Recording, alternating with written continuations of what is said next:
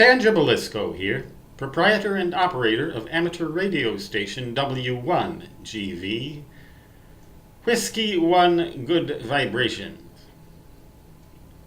In my last video, which you should see immediately following this one in the sequence of videos, I asked the question, Whither CW? What's going to happen to the Morse code as a mode of amateur radio communication? And I received a variety of interesting responses, one of which implied that ham radio itself might become obsolete in favor of other hobby electronics, pastimes, building robots, making computerized devices of various sorts, driverless cars maybe even. All kinds of ways to apply technologies much newer and, in some people's eyes, snazzier than ham radio. Snazzy meaning, sort of in an indirect way, sexy or fancy. Well, that is why we have the American Radio Relay League, to protect the interests of ham radio as a hobby for the general public. And one of the ways they do that is to keep public interest in ham radio alive. My next door neighbor told me a story once. Something happened. He's the guy who sold my house to me 15 years ago. But anyway, he told me once that something happened. He had some kind of problem with one of the systems in his house. And he went around looking for ham radio antennas so that he could find a radio ham who might be able to help him out with this problem. And he succeeded by looking for one of these contraptions recognizable as an amateur radio antenna on somebody's house.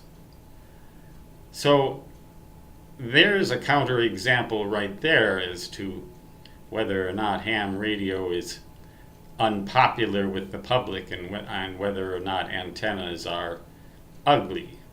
Some people think they are.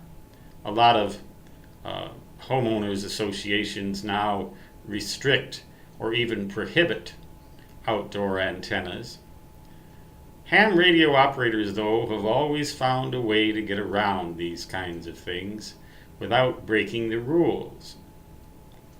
Ham radio operators have always been innovative and ingenious.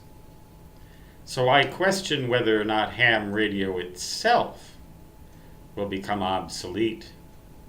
But in this strange and weird, unorthodox time, just about anything is possible. During the Second World War, ham radio was temporarily suspended because those frequencies were needed for wartime communications activities. I even had for a while a handheld transceiver. It used vacuum tubes, would you believe, from the World War II era that operated in the 80-meter amateur band. And it actually worked pretty well. We had a pair of them, and they had a range of several miles. It needed a 102.5 volt battery in order to function. And you could still get those batteries and put them in there and make them work. So, but as soon as World War II ended, the American Radio Relay League was right on top of things, and ham radio returned as a viable hobby for the general public. And in recent years, it seems that ham radio has not diminished, but rather increased in popularity, or the public awareness of ham radio has increased. And that is the objective, because otherwise ham radio may indeed become obsolete and possibly eventually just be made illegal. Hobby anything might become illegal. Everything might have to have a pecuniary, that is, money-making purpose. And amateur radio, by its very definition, is not involved with money. It's involved with education and fun. One sometimes wonders, so I'm going to ask you, Whither Ham Radio, what do you think will become of our hobby 10, 20, 30, 40 years from now? In the year 2070, do you think there'll even be a such thing as ham radio? And if so, what will it be like? Based on your comments with the last video, I expect some very interesting and varied responses. Stan Gibilisco, W1GV, saying 73. And so long, which, in my particular fist, in the hobby of ham radio, has always, does now, and shall always translate to da-da-da-da-da-da.